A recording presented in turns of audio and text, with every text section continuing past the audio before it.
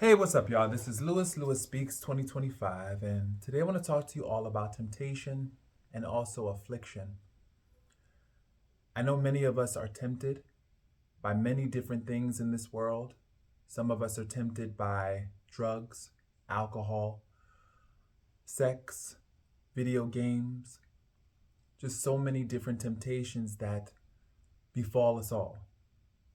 And I was thinking about temptation this weekend because let me tell you, I have been tempted beyond measure when it comes to fornication. I've wanted to call people up, invite them over to my home. I have resisted, thankfully. It's been challenging. It has been difficult. And I went through periods of grief, you know? I went through periods where I asked God, why did you create this desire within me? Why did you create within me this fallen flesh and these sinful tendencies? Why would you do that? So I got angry at God. I got pissed and I was in here ranting and raving and just destroying my apartment, trying to figure it out. And I definitely just kept on praying, and God blessed me. He blessed me with an answer, and He blessed me with some comfort. And it's something that I have to constantly remind myself of because it's tempting to kind of fall into the trap of self-pity. Why me? Why do I have to go through this? Why do I have to deal with this affliction? Why do I have to deal with this particular thorn? In the scriptures, it mentions how Paul, he was afflicted with a thorn in the flesh. And of course, this thorn remains nameless, but it could symbolize anything that we as human beings go through, whether it be a mental health disorder, a physical health disorder, any affliction that we go through. And in 2 Corinthians 12, verse 7, he mentions how this thorn kept on slapping him and he was unsure of why, And he prayed to have this thorn removed. But then he realized that God's grace was sufficient and that God's power was being made perfect in his affliction. And what does that mean exactly? What does that mean in real time? As you're going through your hell and your wilderness season, what does that mean? That means that sometimes your thorn can be used as a way to showcase God's glory, as a way to show and testify to the existence of God. Because to be happy even in the midst of suffering, to be joyful even when you are going through the pits of hell, is definitely, for one, a sign of divinity, a sign of something that's otherworldly, because let's be honest, the natural tendency for human beings when they're going through hell is to feel sad, depressed, angry, upset, run through the full gamut of emotion. But if you can find joy in the midst of suffering, that's got to be God. That's got to be a higher power. And so I was thinking about this, and when it comes to temptation, we have a tendency to dwell on what I call the injustice of the thorn. How it's not fair that we have to undergo a particular affliction. It's not fair. We focus so much on the injustice of the thorn, and when you focus so much on the injustice of a thorn, you're definitely that much more likely to commit sin because you get angry. Why? Why, God? Why do I have to deal with this? Why? It's not fair that I was born with this condition. It's not fair that I basically had to start out in life like this. Other people have a head start. Other people have so much, and other people have so little. It's unfair. So many people have to live in poverty. They're afflicted with the thorn of poverty. not having access to health care, not having access to proper dental services, not having access to food and the basic necessities of life. Why? So it's tempting to get lost in the injustice of the thorn. But what helps deal with that is realizing that, for one, God's power is being made perfect in our weakness. Like the scriptures say, all praise is due to Jehovah God and also the scriptures.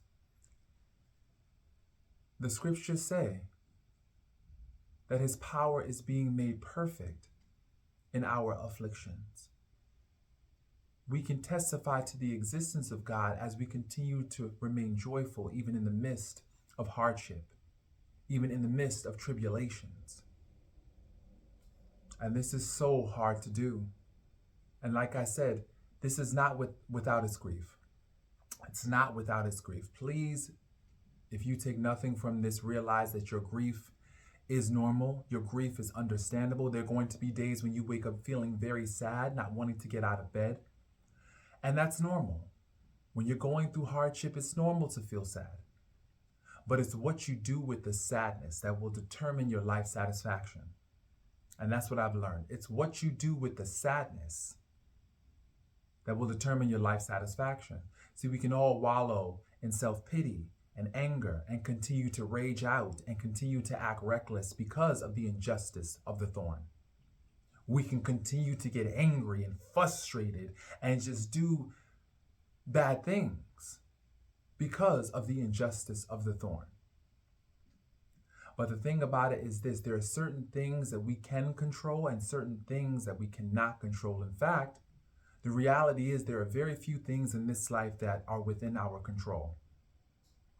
But we got to focus on what we can control.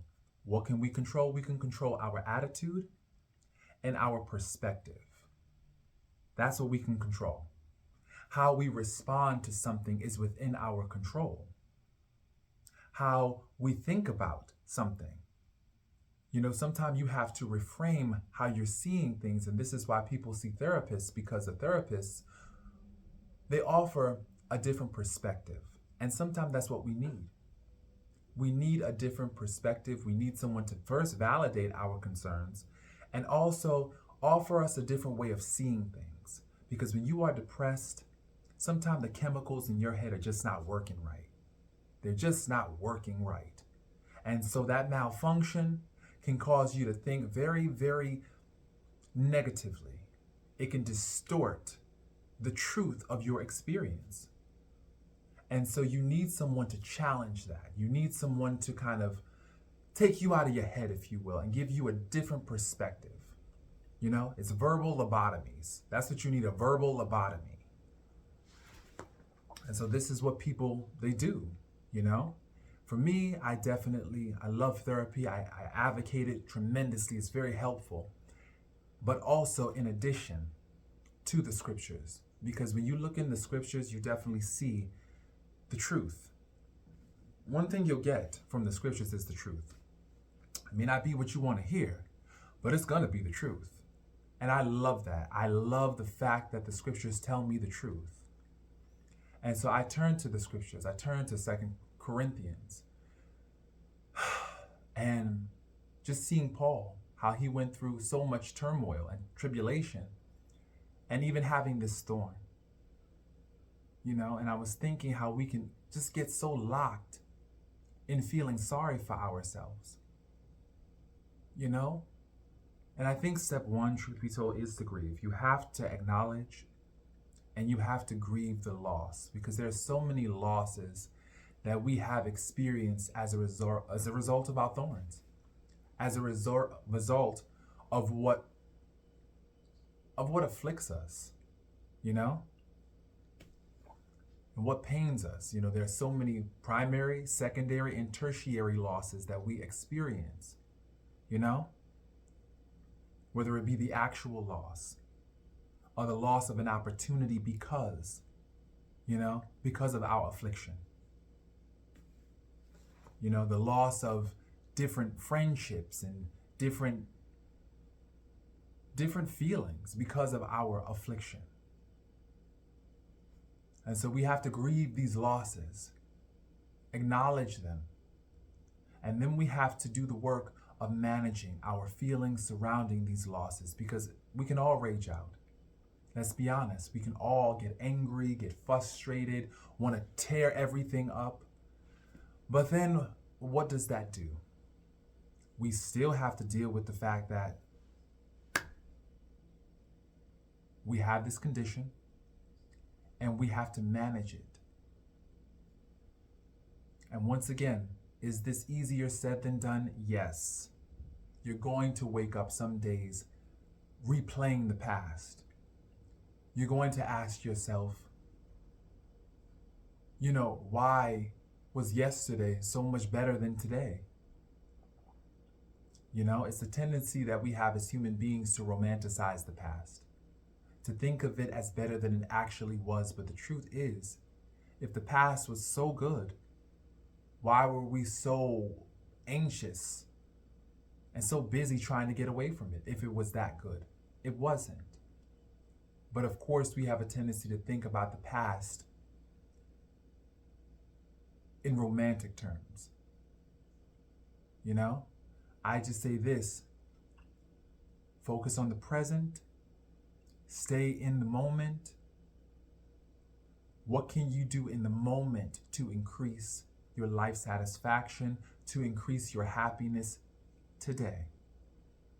Because tomorrow is not promised. Yesterday is history. Today is your gift. And so many of us steal our own gift of today, thinking about the past, thinking about the future, and not staying in the present, because today is going to soon be a thing of the past. Tomorrow we don't know about. We don't know what tomorrow will bring.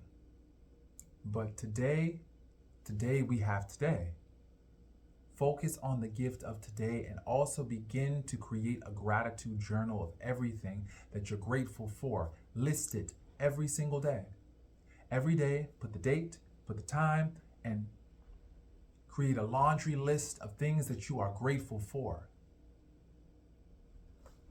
Because I tell you, as life gets harder and as we get deeper into the last days, we're going to see a lot of turmoil. We're going to see a lot of chaos, and it's going to distort our thinking.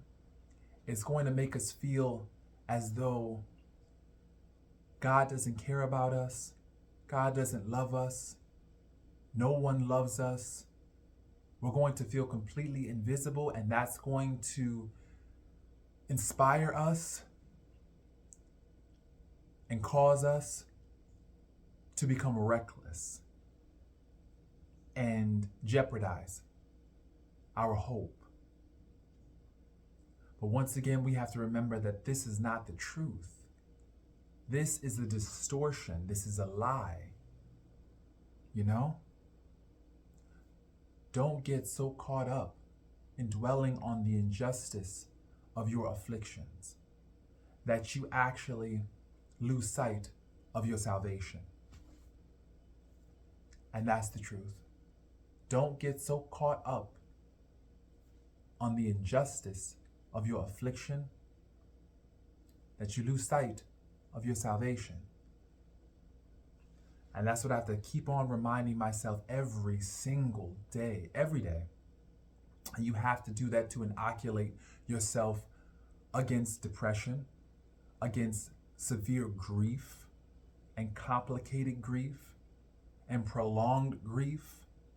You have to do that every single day, because this work can do a number. And especially when you are tempted to engage in sin, the media is telling you, just do it.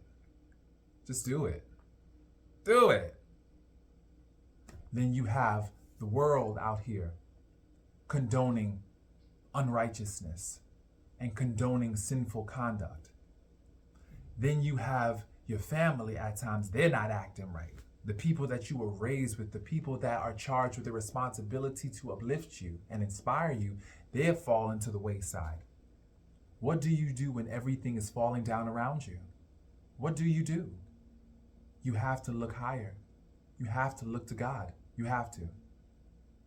They have songs like Keep Your Head to the Sky. Why? Why keep your head to the sky? Because the sky is blue, it's beautiful, it's bright. It's higher than the reality that we're now seeing.